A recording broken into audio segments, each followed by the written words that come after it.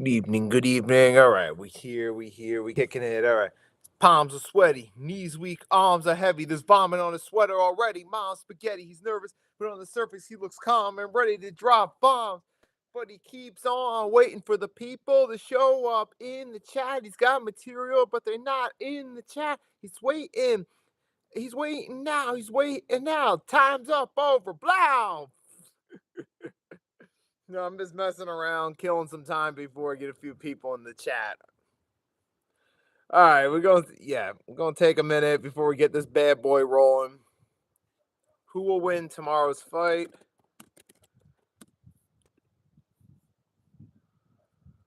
Who will win? Crawford, Canelo. Simple enough. Who will win, Crawford or Canelo? Let's.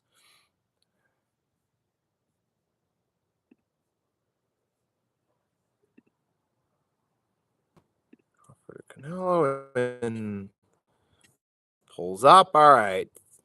Check. Check. Let's get this shit out to YouTube. All right, got the poll ready. Let's go. Who wins tomorrow? Is it Canelo or is it Crawford? Let's see.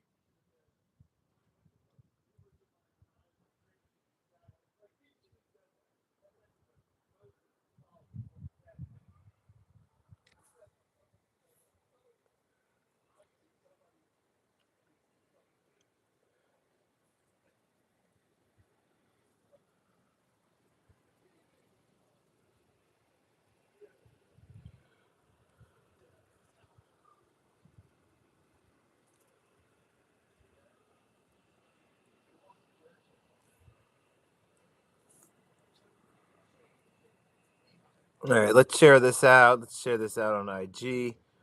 All right, yep, we're going to talk about this. We're going to drop.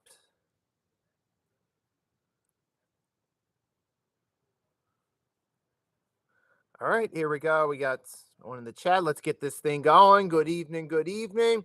Nicky Steez here tonight. We're going to break it down. We're going to preview Saul Canelo Alvarez versus Terence Bud Crawford going down tomorrow night at super middleweight. And we're going to have ourselves, I got some news we're going to talk about later. That's for another stream. So what we're going to do tonight on YouTube is we got a couple of streams for y'all folks. Starting first, going to talk this Bud Canelo fight, give you my thoughts on it, let you know what I think, who I got winning, all that. So that's what we got in store for tonight. Going to talk this Bud versus Canelo fight, the big super fight for 2025. The biggest fight possible this year will be taking place tomorrow night, Las Vegas.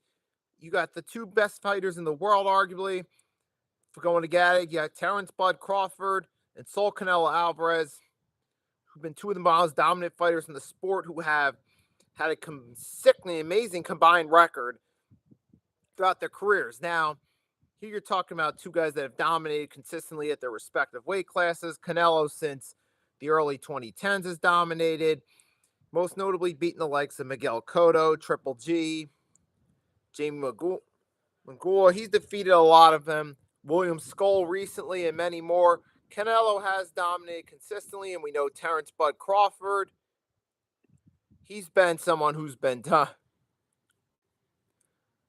Terence Crawford, he's been consistently dominant as well, defeating the likes of Sean Porters of the world.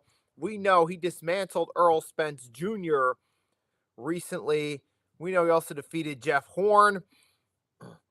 A lot of others. Both these fighters have had a lot of big victories under their belt. Of course, Terence Crawford also has victories over Amir Khan as well.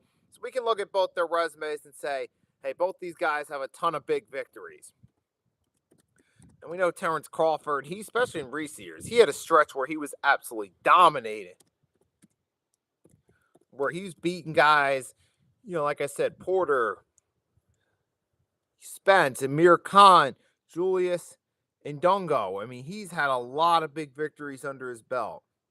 Jose Benavidez Jr. Crawford consistently dominated all the way from lightweight, eventually moved up. junior welterweight, then welterweight. I mean, he's been one of the most dominant guys. A guy who I believe in, Terence Bud Crawford, could have dominated even at the other classes. Like he could have or not the other way, in other eras. If you put Terence Bud Crawford in some of these past eras, he'd have a pretty good shot. He could compete with some of the big dogs at lightweight, junior welterweight, junior middleweight from previous eras. So I'm telling you, that man, Terence Bud Crawford, he's a bad cat. He's been dominating his whole career. And now you got Saul Canelo Alvarez on the other side, who's also been dominant, racked up a lot of big wins over his career as well. Yeah, I mean, some of them are going to be, there are a few questionable wins, though. You know, you have the first, he became notable. He rose to fame defeating Sugar Shane Mosley on the undercard of Mayweather Cotto, but there's the asterisk of that was Mosley past his prime. But most notably, he's had victories over Miguel Cotto, Amir Khan, something that both him and Bud Crawford share in common. Victories over Amir Khan. Defeated Gennady Golovkin 2-0-1 in their 3-fight trilogy. Sergey Kovalev, Billy Joe Saunders. So Saul Canelo Alvarez has also had a lot of big wins, and he's dominated as well. But now when it comes to this fight right here, everyone's taking their picks. Who they got? Who do they think it's going to be? Is it going to be Crawford? Is it going to be Canelo? Do they got Crawford? Do they got Canelo? You know, a lot of talk going on right now on who people think going to win this fight. Will it be Saul Canelo Alvarez? Will it be Terence Bud Crawford? And hey, obviously for good reason, because this is a huge fight. This is obviously the biggest draw that we could have right now in boxing. You know, forget about your celebrity fights. Forget your Mike Tyson, Jake Paul on Netflix last year, which, as well, that's what tomorrow night's going to be. It's going to be going down on Netflix as well, folks. You can forget about that. Forget about your Saul Canelo Alvarez. Yeah, so forget about your stupid little celebrity exhibitions with your Jake Pauls. Forget about your possible Tyson Mayweather exhibition. I mean, this is the first big fight of the year. I mean, of course, you had Katie Taylor, Amanda Serrano. 3 was a big draw earlier. You had Tank Davis, Lamont Rhodes, the first fight. Tank Davis is a pretty big draw that had some name recognition going to it, but this is like your first big fight. This is going to be the first big one going down that we've had. First major super fight in quite some time. Really, since 2 years ago when we had the Terence Crawford Earl Spence Jr. fight, which that was a big fight in of itself right there. You had 2 big names at the time, 2 undefeated guys at their peak. And then we all saw it happen. Terence Crawford was the better man that night. And ever since then, Bud Crawford, he's been getting some big, that personally put him on the map and put him in consideration as the best pound for pound fighter, and also helped set the stages for this fight to happen as well. So this is our first really big fight in the boxing world in a couple years. It's going down tomorrow night. Now, for my sake personally, I'm personally hoping that this isn't a wash. I'm hoping this isn't one of those fights that we look back on and see maybe a few years from now, where I hope it's not a situation where a few years from now we're looking back on it like Mayweather Pacquiao, say, where going into it when that fight happened in 2015, Mayweather and Pacquiao, people were hyped for that. A lot of people wanted to see what was going to go down with Floyd Money Mayweather, Manny Pac-Man Pacquiao went down the ring and got to business. And we all know that was a big fight. A lot of people were looking forward to it. 2 of the biggest names in the sport finally meeting up. And then the fight happened. The fight wasn't as great as advertised necessarily. Yeah, we got it. Money Mayweather and Pacquiao went out there and had themselves the fight, but it did not live up to expectations. A lot of people left there thinking, oh man, I wish this fight was a few years sooner. I just wish we would have had this a few years sooner. That was the big talk going away afterward in the aftermath. A lot of people said they thought it was too late and it didn't live up to expectations despite the hype. Now we're hoping here with what's going on tomorrow night, with Crawford and Canelo that it's not going to be another Mayweather-Pacquiao where we look back and go, oh, man, I wish this would have happened a few years sooner. So we're hoping that this fight does actually live up to expectations, that this isn't another Mayweather-Pacquiao where we say, oh, we wish we would have got it sooner. If anything, I'm hoping this is more of a Mayweather-De La Hoya where it was a fight that was hyped up for years, and when it finally happened, it delivered. We walked away thinking, oh, that was a fight worth seeing. Matter of fact, a lot of us were disappointed that one didn't have a rematch. That's what type of fight I would be hoping we get out of Crawford and Canelo. One of those fights that we get it, we hope it delivers. But, man, as far as this goes, it's going to be a lot of interesting elements going into it. And then there's the other interesting element. Some people might not care. Some people might find this a deal breaker. It's the fact that Dana White's getting involved in promoting it. We all know Dana White is a polarizing figure in the sports world. A lot of people either like him or they hate him. Some people have their reasons, but, that they got Dana White's going to be promoting this fight, so that's going to, maybe for some people, they're not happy about it. Because we all know, not a lot of people are too big a fan of him. But as far as that goes, it's not going to really take away from the fight because people are going to want to tune in. It's Terence Crawford. It's Canelo Alvarez. It's two of the biggest names in the sport. It's going to happen. This might be your only chance to see it happen. So fight fans are tuned in to see what's going to happen. Trust me, people are not going to lose interest just because Dana White's involved. Even if they don't necessarily like him, they're still going to want to see what Crawford and Canelo do.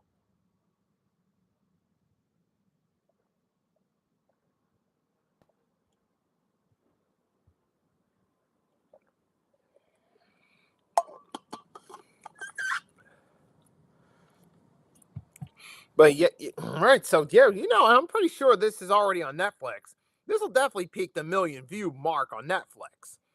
We've seen the last couple big Netflix fights drop past that million viewpoint. So we should be getting a lot of people. We should be definitely getting a lot of people tuned in. It's not just necessarily Netflix views too. You're gonna have bars that are gonna be showing it. You're gonna have sports books at casinos, anywhere that has access to Netflix. They're gonna be that does sports events. They're gonna be showing the fight on their TVs tomorrow, and people are gonna be out to see it. Especially the sports books. They're gonna be loaded. I emphasize again, sports books across the country and across the world, particularly in the United States, will be loaded with viewers looking to see Canelo Alvarez versus Terence Crawford. So this has got a lot going into it, man. People are hyped. But without any further ado, let's actually talk about the fighters itself. Because like I said, we know it's going to get the views, it's got the hype. Let's talk about the fighters. Now, myself, I'm leaning toward Terence Crawford. I've been since this fight was announced. Because the one biggest difference between the two of them is that Crawford's quicker on his feet. That's what gave Canelo problems with Floyd Money Mayweather. And yes, I know that was in 2013. That was an entirely different stage in both guys' career, particularly in Canelo's career. Yes, that is true. But we know that Canelo hasn't really had to fight against someone who's as well crafted on their feet as Crawford is. It's been a long time since then. And even we know Dmitry Bivol gave him a few problems a few years back and beat him by decision back in 2022. When Crawford, now for him, the big challenge is coming up in weight. When we've seen the photos of him, he's definitely in shape. He's put on the right type of weight muscularly, and he's ready to go. He's in shape for this fight. But here's the big thing is he's never been in the ring with someone as strong as Canelo, and he's not used to fighting guys as big as Canelo. So that's going to be the challenge for Crawford in this one. And, for Canelo, his biggest weapon is his body shot, and he's got to try to turn this fight into a brawl. That's his best chance at beating Crawford. And for Crawford, main thing is to outbox him. Now, I don't know if Crawford can stop Canelo. That's going to be tough to do. I could see this likely if going Crawford's way, going to decision, and Crawford winning by points. Because Canelo is going to be tough to stop, particularly for Crawford, who's naturally smaller. We know how sometimes naturally smaller guys, they move up in weight to a heavier weight class. You have to rely on their boxing skills and outpointing people to win, like Floyd Money Mayweather. Because people like to clown him, remember, for being the guy that wins by decision. But in lower weight classes, when he's fighting guys close to his size, he was getting a lot of stoppages. But then when he moved up in weight, he had to rely more on decision wins and using his jab and not trying to get into a brawl to win fights. So for now, that ties into Crawford here going against Canelo. I feel like he's going to have to rely more on winning by decision because it's going to be tough to stop Canelo. And for Canelo, his best shot at this one is to turn it into a brawl, especially if you can catch him with a shot to the body, because we've seen Canelo Alvarez win some fights by stoppage before with that punch. That would be his best shot in this one. But either way, I got Crawford, mainly because he's a lot quicker on his feet, and that's where he can beat him, similar to what Money Mayweather did. And the thing is, Canelo, he's never been tested against someone who's that crafty on his feet since then. Even fighting guys like Govekin, Cotto, he hasn't fought anyone who's that crafty on his feet. And that's where Crawford has the edge. Because he's, even with him moving up in weight, I mean, he's still in top shape moving up. And we saw when Terence Crawford, when he dismantled Earl Spence Jr., he showed he was legit. That he was the legit pound for pound king.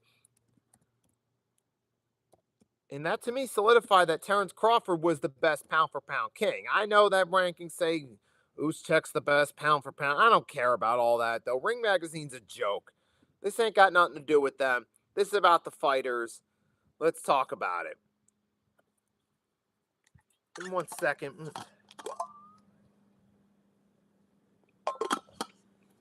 And if we do have people coming by into the chat, please do me a favor, man.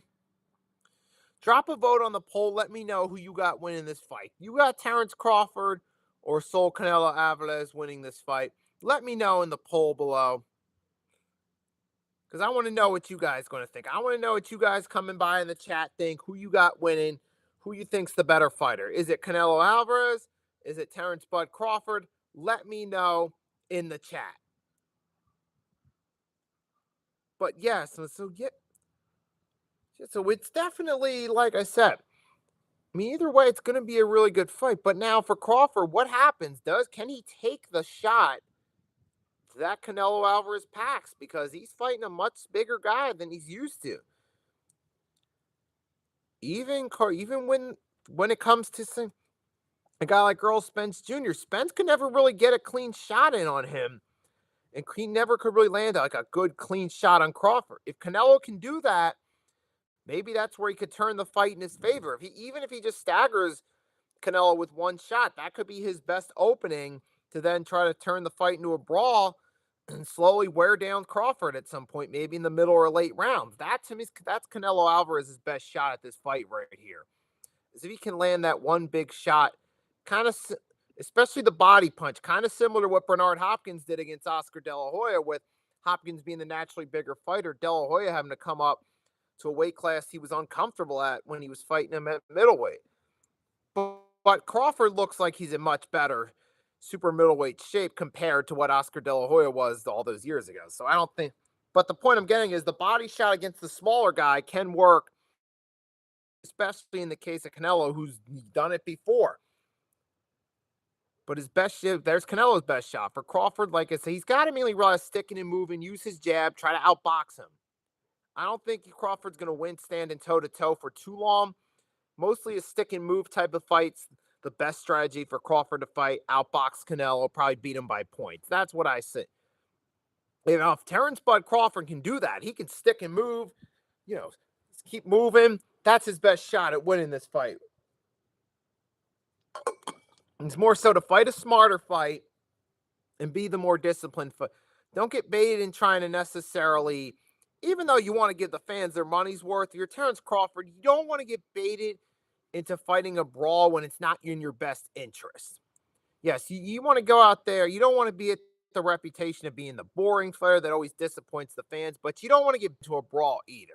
It'd be much smarter for Crawford to just stick, move, and try to beat him that way, because that's where he has the edge, especially being against the bigger guy in this case. But either way, we're definitely going to see what's going to happen tomorrow night. We still got some time. We still got a little over 24 hours.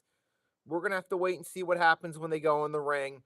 Everyone's got their predictions, which is interesting. Most of the fighters that competed against one or the other are picking the guy that beat them, like Shane Mosley, Miguel Cotto, who lost to Canelo, are picking Canelo. Then you got guys like Spence and Sean Porter picking Crawford. But hey, that's all just talking speculation. Look, everyone's going to have their predictions. That's all cool. That gives us something to get interested into the fight about. We get to listen to what other people's perspectives are, get us hyped up, looking forward to the fight. That's cool. But ultimately, we still got to wait and see what's going to go down when they step in the ring. We still got over 24 hours. So let's just wait and see. Plus, we got an undercard along the way. Now, hopefully, Netflix, they can do it right. Their presentation upholds throughout the undercard. Now, remember, we had the women's fight, the whole women's fight card headlined by Taylor Sereno, which that was Netflix's second go at it. Hopefully, that one, I didn't hear any complaints on that one about the feed on that one. So hopefully Netflix can hold up on this one, especially being that this is going to be, with all due respect to Mike Tyson, this is going to be their biggest fight. But either way, we're looking forward to this, man. A lot of fight fans are looking forward to it. For me, Dana White's involvement, I'm not a fan of Dana White. That's one of the things that turned me away from following the UFC. Because to me, Dana White's a scum and he's a greedy piece of crap. Really, because he doesn't pay his fighters. And that's one thing that concerns me, too. I know this is off subject with the two fighters. Some people coming in might not want to hear me talking about Dana White. But I just got to get it off my chest. So bear with me 1 second, folks. My concern with Dana White being involved in is this one goes this one's going to go successful in terms of views and in terms of profit. People are going to be happy with the way this goes. So that means, Dana White's going to get other opportunities to promote fight. They're going to look at it and say, oh, look, Dana White promoted a fight. It did a lot of views.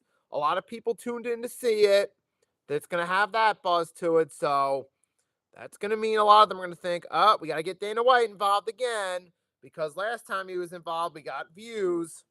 But the reality is, look, folks, just because it gets views doesn't mean that we're going to directly contribute to that person being involved. In this case, Dana White ain't getting Terence Crawford, Canelo Alvarez some views, all right? It's the two fighters itself. It's their name. It's their drawing power in the sport of boxing that's going to draw people to watch, okay? I don't want to hear that crap about Dana White. Mr. Smacking women, not paying his MMA fighters, which actually that's part of the reason celebrity boxing became popular. Now, some of you are going to think, wait, what? That don't even make no sense, but hear me out. I know that's going to sound ridiculous. Got to remember, though, the first biggest, the fight that paved the way for celebrity boxing to become popular was Mayweather-McGregor back in 2017 when Conor McGregor, a big UFC star, fought Money Mayweather. That paved the way for celebrity boxing to become popular now. And that was the biggest paycheck McGregor earned. Now, here you go. You got Dana White now taking his first step in the boxing world as a boxing promoter. This is going to be successful. And someone's going to think, oh, it's a good idea to keep Dana White promoting the boxing fights. And eventually he's going to get more control and more pull. And eventually he's going to do the same crap he does with his MMA fighters in terms of not paying them well, the more influence he has later down the line. But like I said, any success this fight has financially is not because of Dana White. It's because of Terence Crawford, because of Canelo Alvarez, because they're two of the biggest draws in boxing, not because of Dana White. Let's set that clear. So, yeah, it kind of is unfortunate that I do feel like we're going to get to that point with Dana White being a promoter in boxing where he's going to have more pull and eventually he's going to start having influence over fighter salaries like he did with the UFC for years, which is part of the reason McGregor took the fight with Mayweather for the paycheck. And that's played a huge role in celebrity boxing becoming more popular. And for a lot of people that aren't fans of it, well, you can kind of to some degree, blame Dana White to some degree. And ultimately, because now for some of these MMA fighters, there's more money in these celebrity boxing fights than there was in their own sport. And that's the reason why over the years we've seen more of it. And now with Dana White getting more involved in the boxing world over time, it's going to get to that point. And that's what I'm concerned with. For now, though, obviously, this fight's going to be a big draw. But I mean, I'm hoping as far as the fight goes, hopefully this ends up actually being a good fight and ends up being as exciting as we expect it to be. Hopefully, like I said, I'm going to use that comparison. If this is going to be like any past big super fight, hopefully it's like the De La Hoya Mayweather over the Mayweather Pacquiao, where De La Hoya Mayweather was considered, even looking back on it, was still considered an exciting fight and worth the hype. Hopefully that's what we get with Crawford and Canelo, where hopefully it was worth the hype and it was it's at least competitive enough to get people to want to maybe see it again. Or even if we don't get a rematch, at least hopefully it's good enough that people walk away saying it was worth viewing on Netflix. And I mean, I know there's going to be like saying, well, at least it's got to be better than Tyson versus Paul. But let's be real. I think a lot of us knew that fight wasn't going to be that great. Realistically, those of us that actually followed boxing. And for those, whereas here with this fight, this has potential to deliver. This has the potential to give us an exciting fight and give us something to talk about here. Because you have two of the biggest draws in sport still, even though they're kind of later stages of their career, they're still on the upside of their career. They're still winning fights. They're still dominating. Yes, we know Canelo had that loss to Bivol a few years back, but you take that away, he's been dominating since 2014, minus that one loss. Terence Crawford's undefeated. He's beaten everyone that's been put in his path, whether it be Amir Khan, whether it be Sean Porter, Earl Spence Jr., which was the biggest win of his career that had me sold that he's the number one guy. Terence Crawford's beaten everyone at every weight class, going from lightweight onward. Yeah, this is definitely a fight worth seeing. Two most dominant and two big money draws. Oh, yeah, you bet this is worth it. And for those of you just coming in the chat, I got the poll up asking who you think's going to win. Make sure to vote on the poll. Let me know who you got. You got Crawford or Canelo. But like I said, for those coming in, I got Crawford winning this one. His footwork will definitely play the big role. That's where he's got the edge, being quicker, and he can outbox him and beat him. Now for Canelo, like I said, if he catches him with a few good punches, he can start a few hard shots that Crawford's not used to being on the receiving end of. He could start to wear him down from there, maybe get a late stoppage. But we still got to wait and see, man. Either way, this is going to be a fun fight to see. I'm looking forward to finding out who wins this and seeing what happens. But oh man, but you guys definitely let me know, or if you're in the chat, let me know who you got winning this fight, Canelo or Crawford. But it's going. But yeah, we do have an interesting note on the undercard. We actually have Fernando Vargas Jr. will be on the undercard as well, the son of former junior middleweight world champion Fernando Vargas Sr., most famous for his fights with Felix Trinidad and Oscar De La Hoya in the early 2000s. He'll be on the undercard. That'll at least be interesting, at least just promoting his name. Even for some casuals that haven't really kept up much with the modern fans, they'll see, oh, wait, Fernando Vargas Jr., wait, his dad was a boxer. I'm curious what his son's going to do. That'll at least get a few people to tune in a little bit earlier. That could help Netflix there. At least get a few more casual fans to tune in just out of curiosity when they see a familiar name or the son of a familiar name from the past. Like, okay, let's see what his kid does. And I think that's good there for the undercard views. At least get some people to tune in a little bit early and get them. Hopefully, if that fight at least draws their interest, if Vargas Jr.'s fight draws some interest, that can get the fans warmed up and excited for the main event. Right now, and I'm also pulling up the card right now so I can see if there's anything else on the undercard that is interesting.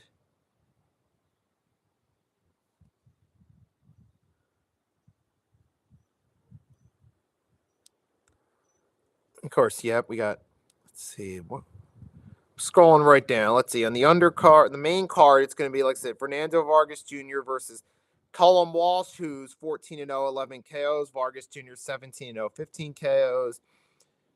You got WBC interim super middleweight world champion Christian Mibley, 29-0 versus Lester Martinez, 19-0. So there's another super middleweight fight on the undercard. Maybe that could have implications on the main event picture one day. And the other main card is, it's at weight, it's Muhammad Alaki versus Travis Kent, two undefeated. Got an undefeated guy on the undercard. Those are the main undercard fights on Netflix. And it's probably going to be prelim fights similar to what the UFC would do for the longest time. But as far as the undercard goes, obviously for a long time fans, Fernando Vargas Jr. will catch people's eye as soon as they see the name. They'll be like, all right, oh, this guy's Fernando Vargas' son. Let's see. They may be interested just to see how it pans out. At least that can build some interest, build up to the main event. And usually that's what you want to do. You want to get a guy that at least people have some familiarity with on the undercard. Like I remember back when Roy Jones Jr. back in the 2000s was still popular. You had Zab Judah would sometimes fight on the undercards because he was a guy that had some name recognition. Or who else would? Or like that's how Ronald Winky Wright rose up the ranks. He was dominating undercard fights before he was headlining against guys like Jermaine Taylor and Bernard Hopkins. So the point is, sometimes the undercards can be effective. They can still have some interesting fights on the undercard. That can maybe build some emphasis. And plus, if some of these guys in the undercard have good performances, who knows, maybe one day they get to headline cards. So there's their window of opportunity to shine on the undercard before we get ready for the main event. Obviously, the main event, we still got to wait and see how it plays out. Both guys, Terence Crawford, we know they made weight. Terence Crawford was 167.5 pounds, which is a pound and a half below. Which is a half a pound right below the weight limit of 168 at junior middleweight. It looks like we should all be set to go. Come fight night tomorrow. Canelo Alvarez versus Terence Crawford at junior middleweight. We'll have to see what goes down. Maybe some of you guys that got Undisputed, the boxing game, might play it tonight. Might play Crawford versus Canelo. Might pick who to play as. Might have the CPU play it out. Either way, whatever you want to do to hype up the fight, feel free to do so. Listen to what the experts have to say. Listen to what Teddy Atlas or other boxing people have to say. Create your own videos about it or your own live stream like I'm doing.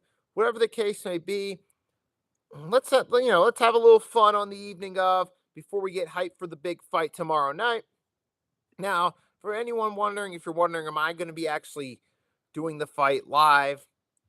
I'm not going to actually be doing the fight live. What I may do, though, is maybe a day, sometime early next week afterward, if I can access the full fight, I might go live and react to it as I'm watching it for the first time. Granted, the outcome will already be out by that point, but I may do that. So I'm not going to be able to do it live tomorrow night, unfortunately, but maybe I'll try to go live afterward. I'll go live when I'm watching it for the first time and react for you guys there. So I may do that. But either way, and I said all I was going to say. Now we just got to wait and see what happens when the fighters step in the ring. Like I said, I got Crawford winning this fight, likely by decision. But you guys, you still got time to let me know your pick on the poll. I got a poll in the chat. You guys can go on there. Poll question asked, simple, who will win? You can vote on the poll. I'll leave it up for another minute or so before we head on out. But we just got to wait till tomorrow night. And in the words of legendary ring announcer Michael Buffer, when it's time, let's get ready to rumble! And it'll be on tomorrow night, folks. So I said all I was going to say. Let's wait and see what's going to happen. Sit back, have a good time. Maybe they're going to watch. They're going to be able to catch it. Maybe have a few beers, have some popcorn, have